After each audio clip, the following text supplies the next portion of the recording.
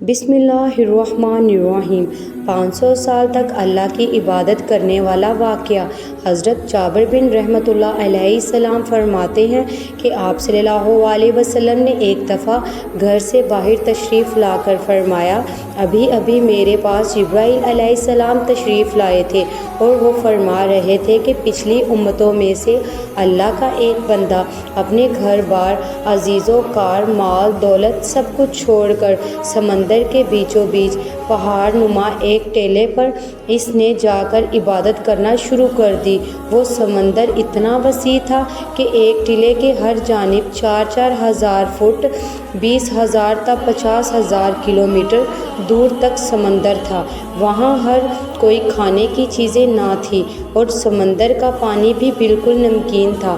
اللہ تعالیٰ نے اپنے فضل سے اس میں ایک انار کا درخت اگا دیا اور انگلی کی برابر میٹھا پانی کا ایک چشمہ جاری کر دیا۔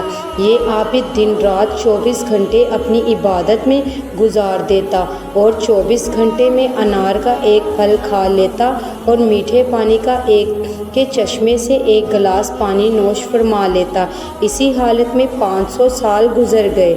500 سال بعد اس عابد کی موت کا وقت آیا تو اس نے اللہ تعالیٰ سے یہ دعا مانگی کہ سجدے کی حالت میں اس کی روح پرواز کر جائے اور اس کی نعش مردہ جسم کو مٹی وغیرہ ہر چیز پر حرام کر دے اور قیامت تک سجدے کی حالت میں صحیح و سالم رہے۔ اللہ تعالیٰ نے اس کی دعا قبول فرمائی۔ سجدے کی حالت میں اس کی موت ہو گئی اور اللہ تعالیٰ نے وہاں ایسا انتظام کر رکھا ہے کہ قیامت تک وہاں کسی انسان کی رسائی نہیں ہو سکتی۔ قیامت کے دن اس عابد کو اللہ کے دربار میں حاضر کیا جائے گا تو اللہ پاک فرشتوں سے فرمائے گا کہ میرے اس بندے کو میرے فضل سے جنت میں داخل کر دو، تو وہ عابد کہے گا، اے میرے رب، بلکہ میرے عمل کے بدلے جنت میں داخل کر دیا جائے، کیونکہ میں نے 500 سال تک ایسی عبادت کی ہے جس میں کسی قسم کی ریاکاری کا شعبہ بھی نہیں تھا۔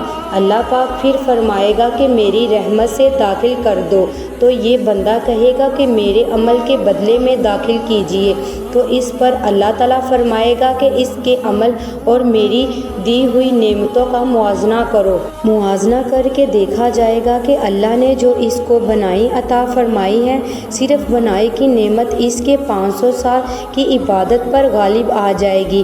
اس کے بعد پورے جسم میں کان کی نعمت، زبان کی نعمت، ہاتھ کی نعمت، ناک کی نعمت، پیر کی نعمت، دل و دماغ کی نعمت، ان سب کا بدلہ باقی رہ جائے گا۔ پھر ان کے علاوہ جو 500 سال تک اللہ نے میٹھا پانی پلایا اور انار کا پھل کھلایا، ان تمام کا بدلہ باقی رہ جائے گا۔ تو اللہ پاک فرمائے گا، اس کے 500 سال کی عبادت تو صرف ایک نعمت کے بدلے میں ختم ہو گئی، ہماری باقی نعمتوں کا بدلہ کہاں ہے؟ لہٰذا اس کو جہنم میں داخل کر دو۔ تو فرشتے اسے گھسیٹ کر جہنم کی طرف لے جائیں گے تو وہ چلانے لگے گا، اے میرے رب، مخص اپنی رحمت سے مجھے جنت میں داخل فرما دیجیے۔ اللہ کی طرف سے کہا جائے گا کہ تجھے تو اپنی 500 سال کی عبادت پر بڑا ناز تھا، اب تیری عبادت کہاں چلے گئی؟ اور خطرناک سمندر کے بیچ میں نے تجھے انار کے پھل کھلائے اور 500 سال تک مسلسل پانی پلایا، میری ان نعمتوں کے بدلے میں تم نے کیا لائے ہو؟ وہ کہے گا، اے اللہ، آپ اپنی رحمت سے مجھے جنت میں داخل فرما دیجئے، آپ کی رحمت کے بغیر میں کچھ بھی نہیں ہو سکتا۔